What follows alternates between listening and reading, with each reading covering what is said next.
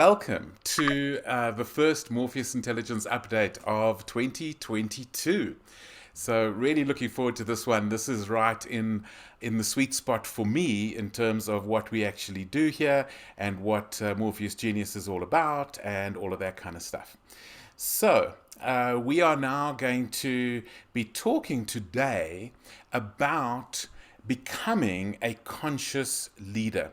Becoming a conscious leader. So this is, we've been asking this question: Are you, more of an unconscious victim, or are you more of a conscious leader? And of course, it's a continuum. It isn't like an either/or question. But we're going to get into this in quite a lot of detail today, and just kind of go through what is it, why is it important, who's it important for, when is it important, or why now, and then finally we're going to be talking about how. We're going to get into the how as well. So we're going to start then with this: what is conscious leadership? What is a conscious leader? What is conscious leadership? And I've actually come up with 8 different facets of looking at conscious leadership. And I'm going to start with one that came up about 10 years ago for the first time in the Harvard Business Review. And they basically there said it's a leader or influencer who's been on a journey, and more specifically, the inner journey of self. And what we so often find is that most leaders who are trying to make a name for themselves are actually people who are trying to copy somebody. Whereas the real influencers, the ones who have left a lasting legacy and impact in the world, have actually been on an inner journey.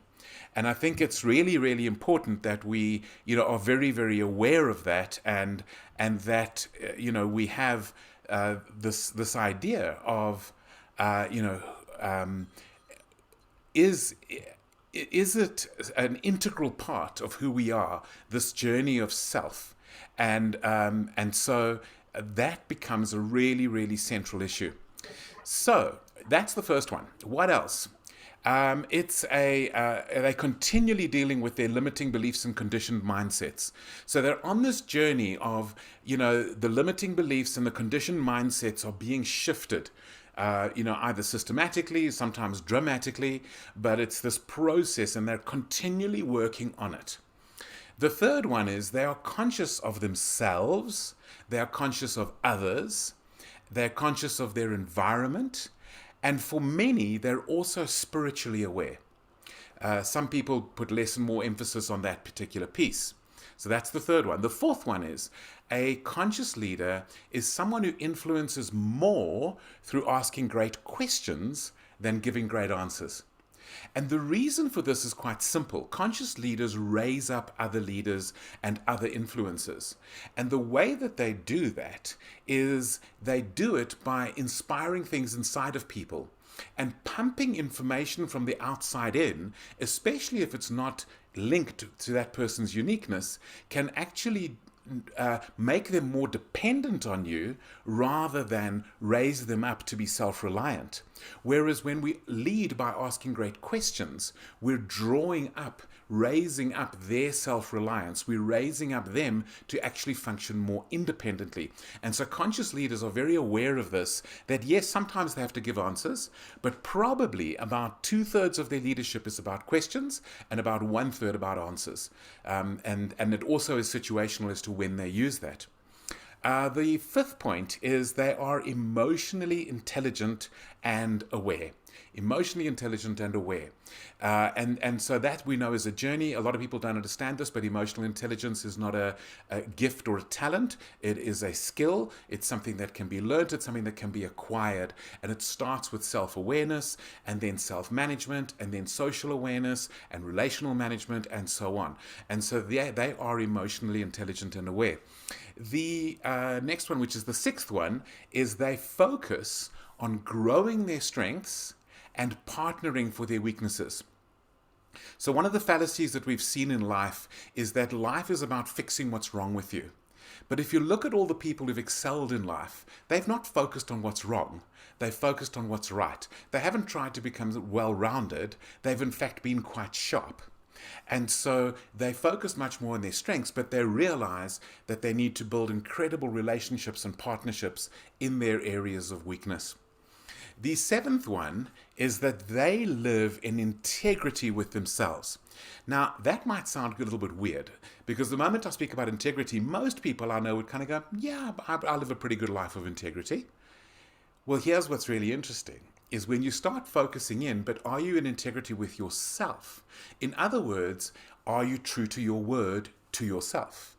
Do you ever betray your values to yourself? These are the kinds of things.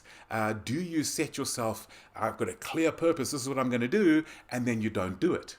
That is not living in integrity with self. And so that one I find is actually one of the tipping points for a lot of people who become clients of mine, is that realization that they have a self-integrity issue, a self-loyalty issue, because what they do is they self-betray.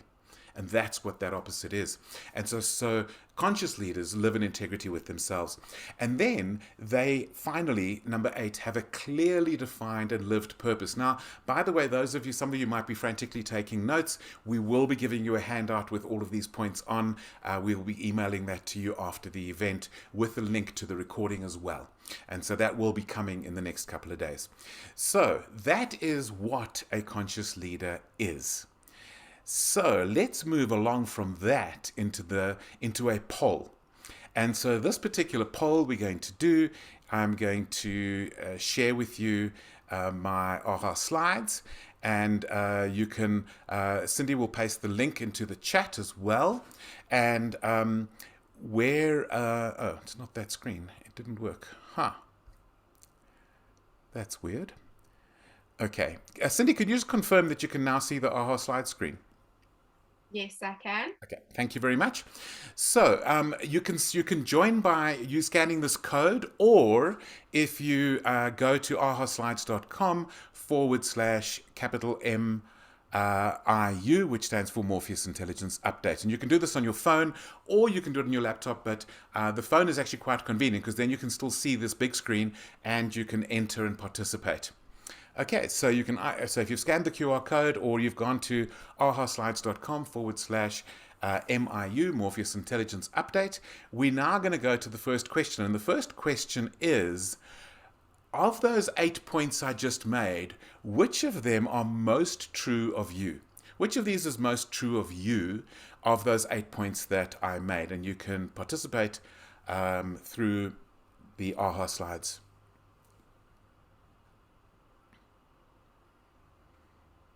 And by the way, this is completely anonymous. I can't see who chooses which options. That could be really quite interesting.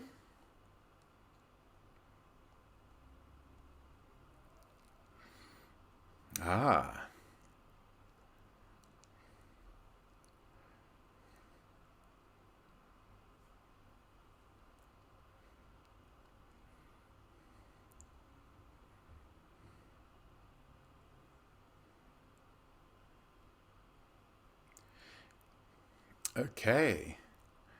All right. Now, this is very interesting. So I'm conscious of myself, others, and environment is coming up the top. And then we've got second place. There's 3 of them, which is I'm established on the inner journey of self. My influence is more from my questions than answers. And I'm focused more on strengths and partnering.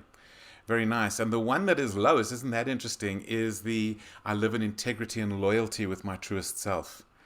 Very interesting. Fascinating. Excellent. I hope that's everybody's things in. And yes, you can give loves and likes and that kind of thing to this. Really interesting responses. Thank you very much for all of you who have participated. Thank you very much. So we have 9 of you participating. Excellent. Thank you very much. So I am going to stop this share and move back to the presentation. Thank you very much. So thank you for the participation in the poll. Now, next one that we're going to be looking at is the question of why. Why is this important?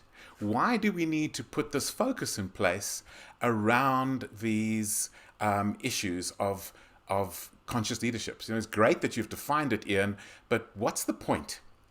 Well, there are a few different points. One of them is that the old styles of leadership aren't working.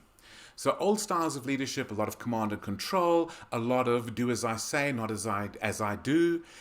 All of those kind of things. People the credibility of leaders has been suffering, and what's also interesting is when you look at Generation Y and Generation Z, they don't respond to those old styles.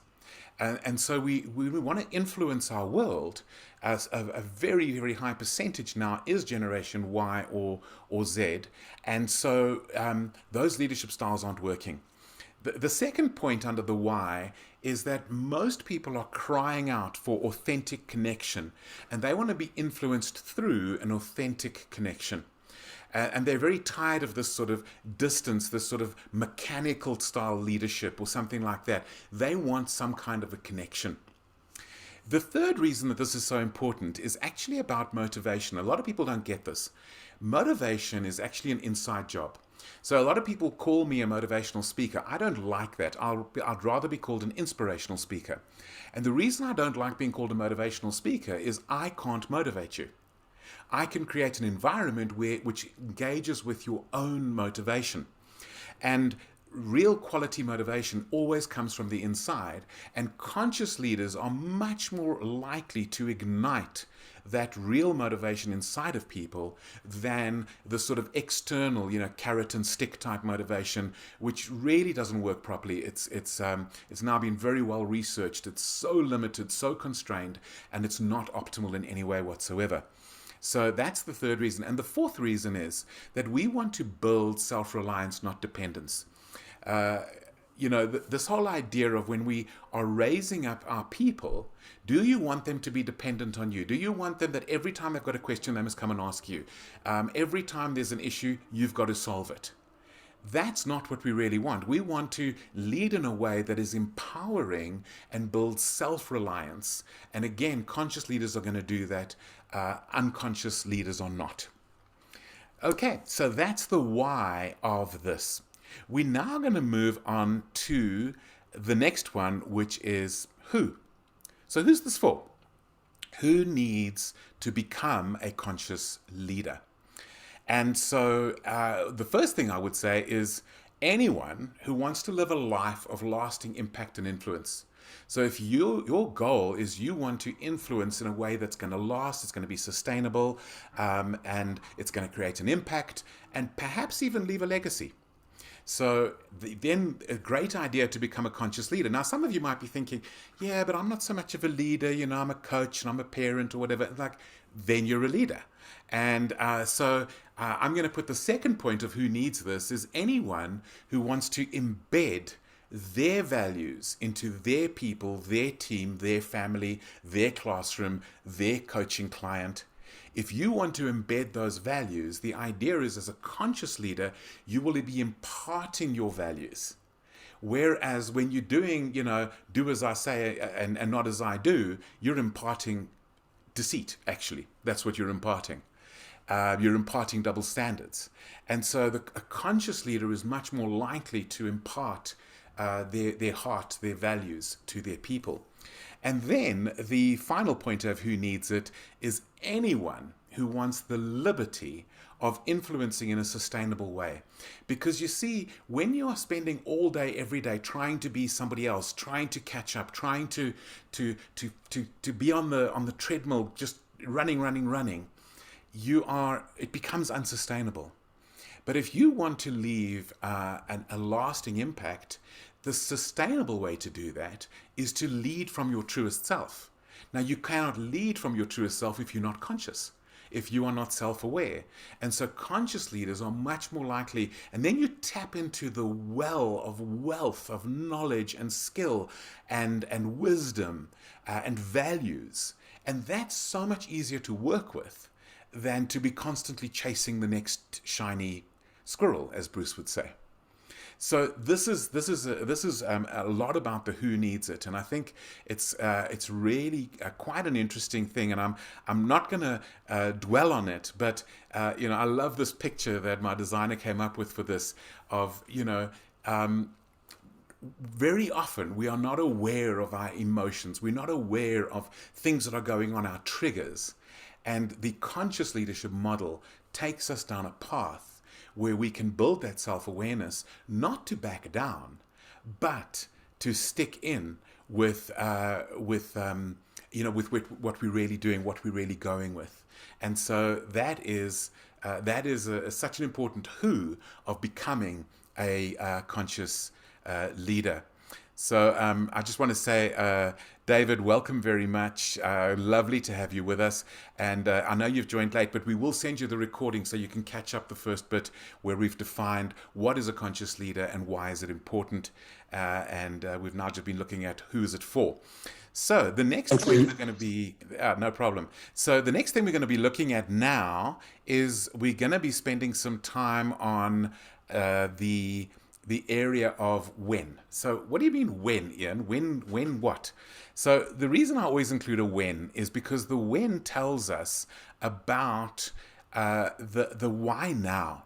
And basically, I've got two answers to this. So the first answer of why become a conscious leader now is now because new generations respond so well to conscious leadership. So as we are working and we are discovering newer people coming through, people born in the 80s and 90s, people now born in the 2000s are entering the workplace. And they respond so much better to conscious leadership than any of the old styles. And so it's almost urgent. It's really, really urgent. But there's a second part of the when. And the second part of the when is this. It's a lifelong journey, and the sooner you start is the better. So even though there's no switch that you can flip, suddenly now I'm a conscious leader, it's a lifelong journey, but the longer you wait to start, the longer you're going to wait to see the impact. And what I can assure you, and I saw this when I started to become more of a conscious leader, is that I was immediately having a deeper impact, even though I hadn't in any way changed my techniques of leading. But I was immediately having a deeper impact. So it's a lifelong journey. The sooner you start, the better. But also, it's becoming more and more urgent right now than ever before because of the incredible demand that we're now having, where people are going, I'm tired of fake news. I'm tired of duplicity. I want the real thing. I want a leader who brings their heart as well. I want a leader I can learn from. I want a leader I can grow with. And this is what we're talking about. So we're going to now switch to doing another poll. And so if you've still got that open on ahaslides.com /MIU, there, Cindy's just posted it again in the chat. For any of you who don't have it, but otherwise those of you who do have it, I'm now going to be switching screens on that. I need to share it here first, and then so you can see the results as well. So we can see the results here from the earlier one. And what I'm going to do now is I'm going to switch to the next survey, and it's this. Why do you want to become a more conscious leader? And so this is free format. Try not to use long sentences. Make it sort of words or phrases, probably little phrases, like 3-word phrases. And let's build up a little bit of a thing here. Why do you want to become a more conscious leader?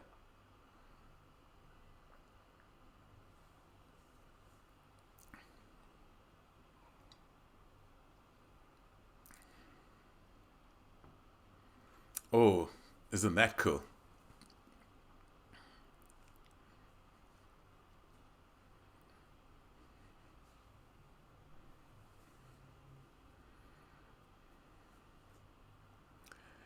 Be more real, add more value to the organization, help others, legacy, world domination. I've no idea who could have written world domination.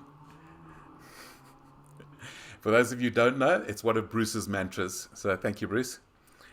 Sustainable leadership, deepen legacy, help others.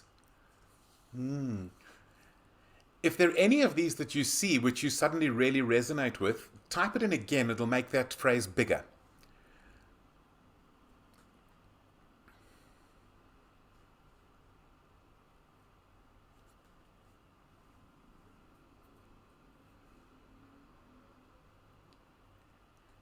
Joy. I love that.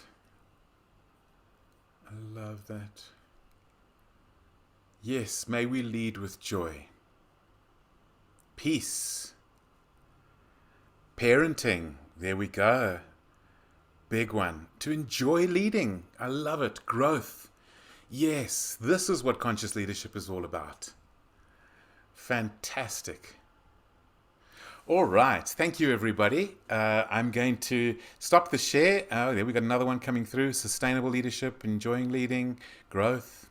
Very, very nice. We will actually probably add this one into the word cloud, this word cloud into the handout that we will be sending your way after the session. All right. Excellent. Okay, let's get on to the last section. And in this last section, what I'm going to finally deal with is the how. How do we become conscious leaders? So, this is actually pretty straightforward, but I think it's a very, very important thing. And I mentioned this, the first one I'm going to mention in one of my videos last week in preparation for today's session, and it's this. Choose to make yourself your number one job each day. Now, for many of us, that completely flies in the face of so many of the things we were taught when we were raised. We were taught, don't think too much of yourself, serve others, think of others, put others first, all this kind of thing. But here's the interesting thing about a conscious leader is they are very much the ones who put on their own face mask before helping others. Because if they don't survive, if they don't thrive, they can't help others. And so this idea, and this became my mantra just about 11 years ago, that this became my mantra to make myself my number one job each day. And it changed my life. It changed my impact. It changed the way I lead. And it changed the level of influence that I have simply because I led myself first. I invested in myself first. I nurtured love in myself first. And that then spilled over to everybody else. And it was sustainable. It was impactful. Suddenly, people's lives were changing around me because I was doing the work on me. And so that's our number one point here. How do we become conscious leaders? We choose to make ourselves our number one job each day. Secondly, we learn about ourselves. So the second way to become a conscious leader is learn more about yourself. Discover your strengths. Invest in your emotional intelligence. Figure out more about your wiring. How do you handle emotions? How do you handle moods? What are your triggers? How aware are you of your triggers?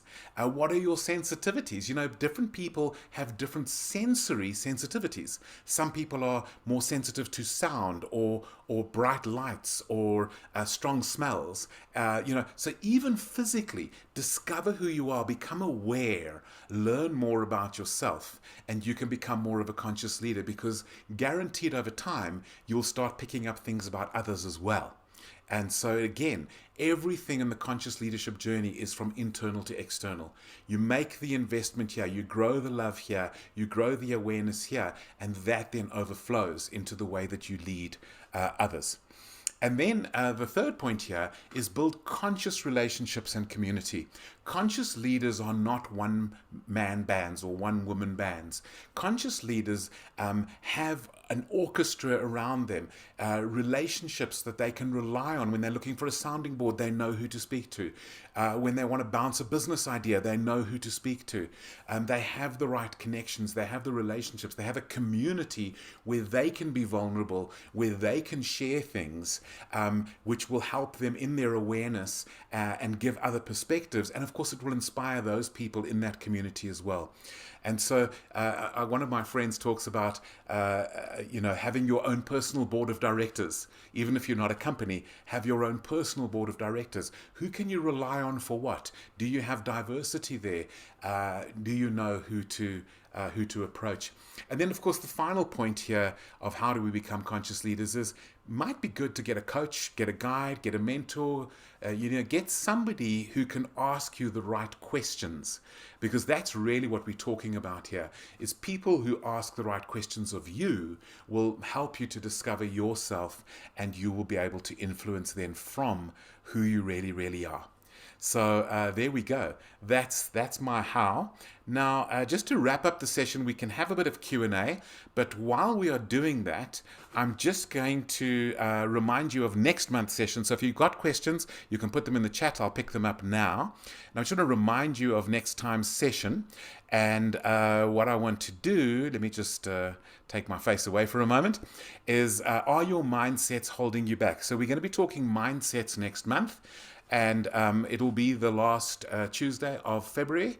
And I'm sure Cindy will put the date and the link for registering into the chat. So you can go and register for that already. And we're going to be talking, what is growth really? A lot of people think growth is knowledge and skill. Actually, it's mindsets. And so that's going to be our next session next month. All right, now let me get my video back up and let's talk about Q&A. So I'm going to go back a slide, and any questions from what we've been doing today,